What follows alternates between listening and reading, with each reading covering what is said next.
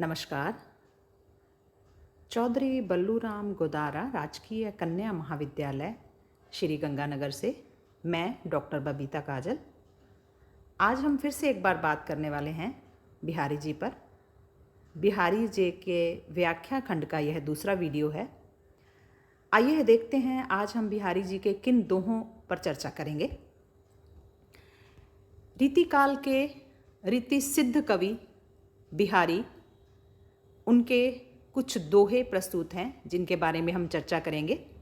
सबसे पहले जिस पर बात करने जा रहे हैं वह है अजो तरियोना ही रहो सुरती सेवक इक रंग नाक बास बेसरी लयो बसी मुक्तन के संग। बिहारी जी का यह नीति से संबंधित दोहा है और इसमें वो संगत की बात कर रहे हैं। संगत अच्छी होगी तो हमें अच्छा स्थान मिलेगा और संगत बुरी होगी तो हमें बुरा स्थान मिलेगा या कमतर स्थान मिलेगा।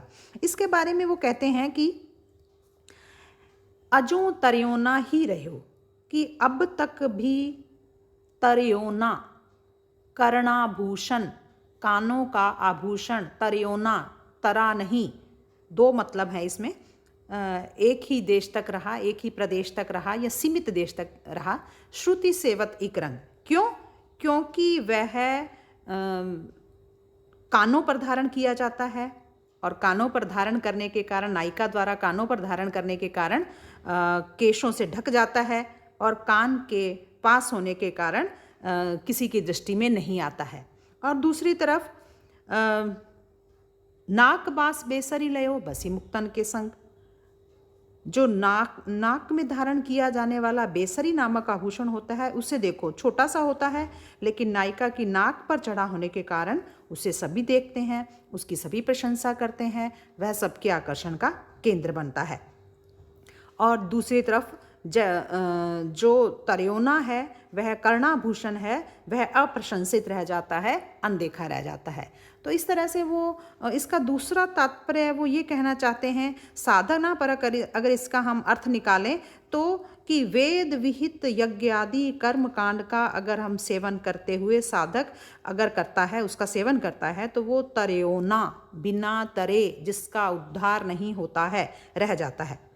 लेकिन अगर वो मुक्तन के संग, मुक्त अर्थात जो मुक्त हो चुके हैं, जो योगी हैं, जो साधक हैं, उन मुक्तन अर्थात जो मुक्त महात्मा हैं उनकी संगति करते हैं तो वो बेसरी नाक, बेसरी नाक दूसरे अर्थ में, आभूषण के अर्थ में, और यहाँ मुक्तन के अर्थ में, अर्थात वो स्वर्ग को प्राप्त होते हैं, वो बहुत उच्च पद प्राप्त करते हैं, उच्च स्थान प्राप्त करते हैं। और इस तरह से तरियोना और बेसरी के माध्यम से, नाक और कान के माध्यम से, और वे संगत के प्रभाव को बताते हैं। दोहा जो दूसरा दोहा है उनका वो है बतरस लालच लाल की मुरली धरी लुकाए सोह करे बोहन हंसे देन कहे नट जाए। अब यहाँ पर ये बहुत ही एक सुंदर उदाहरण है बिहारी जी की इस बात का। बिहारी जी के बारे में जो कहा जाता है कि उन्होंने गागर में सागर भरा है। गागर दोहा है और सागर किस तरह से भरा है, ये दो पंक्तियों के दोहे, एक दोहे में उन्होंने बहुत सारे भावों को लाकर इकट्ठा कर दिया है, समेट दिया है। उसका ये बहुत ही सुंदर उदाहरण है यह दोहा। बतरस लालच लाल की मुरली धरी लुकाए, कि श्री कृष्ण से बातों का रस प्राप्त करने के लालच में श्री कृष्ण की मुरली को लुकाकर रख लिया। गोपी ने श्री कृष्ण की जो मुरली है, बांसुरी है, उसको छुपा दिया। अब जब वो मांगते हैं और सौगंध देते हैं, वो जानते हैं हम भीतर ही भीतर श्री कृष्ण जी की इन्हीं के पास है, लेकिन वो नट जाती है, मानती नहीं है।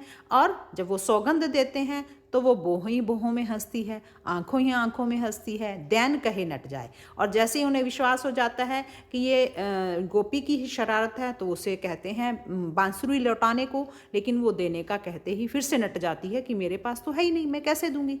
इस तरह से श्री कृष्ण और गोपियों के बीच में जो एक मधुर नोक झोंक का और छेड़छाड़ का जो रिश्ता था, उसको बहुत ही सुंदर ढंग से बिहारी जी ने यहाँ पर अभिव्यक्त किया है। अगला दोहा है, या अनुरागी चित्त की गति समझै नहीं कोय, ज्यों ज्यों बूढ़े श्याम रंग त्यों त्यों उज्जवल हुए। वो कहते हैं कि प्रेम के अंदर डूबे हुए हृदय की गति को कोई नहीं समझ सकता, बड़ी विचित्र है। और विचित्र क्यों है? ज्यों ज्यों बूढ़े श्याम रंग, जैसे जैसे यह श्याम रंग में डूबती है, काले रंग में डूबती है, त्यों त्यों उज्जवल होती है। सामान्य नियमानुसार तो किसी भी चीज़ को, किसी भी वस्तु को जब गहरे रंग में, काले रंग में डुबोया जाता है तो वो काली होती है। लेकिन अनुरागी चित्त, प्रेम में डूबे हुए हृदय की स्थिति इसीलिए विचित्र है कि जितना उसे श्याम रंग श्री कृष्ण के प्रेम रंग में, श्याम श्री कृष्ण के प्रेम रंग में डुबोया जाता है, वैसे वैसे वह हृदय उज्जवल होता है। श्री कृष्ण से लगाए गए प्रेम की इसीलिए विचित्रता है। ये बहुत ही विचित्र प्रेम है। श्री कृष्ण का प्रेम जो है बहुत ही विचित्र है। जितना श्री कृष्ण के साथ में प्रेम रंग में डूबा जाता है, वैसे वैसे हृदय उज्जवल होता है, वैसे वैसे हृदय जो है वो और स्वच्छ होता है, साफ होता है, पवित्र और शुद्ध होता जाता है। तो एक सामान्य नियम से हटकर विरोध का आभास प्रतीत होता है, इसलिए यहाँ पर बिहारी जी ने विरोधाभास अलंकार का भी बहुत ही सुंदर प्रयोग किया है। इस तरह से पहले दोहे में उन्होंने नीति की बात की है, संगत की बात की है। दूसरा दोहा जो है वो श्रृंगार का माना जा सकता है, और तीसरे दोहे में भी वो श्री कृष्ण के प्रेम के रंग को इतना उज्जवल बताते हैं। गाढ़ा और काला होने के बावजूद भी वो सफ़ेद है, गाढ़ा और काला होने के बावजूद भी वो उज्ज्वलता देता है, वो स्वच्छता और शुद्धता देता है। इस तरह से बिहारी जी इन दोहों के माध्यम से अपने मन की बात को इन पे अभिव्यक्त करते हैं श्री कृष्ण के प्रति और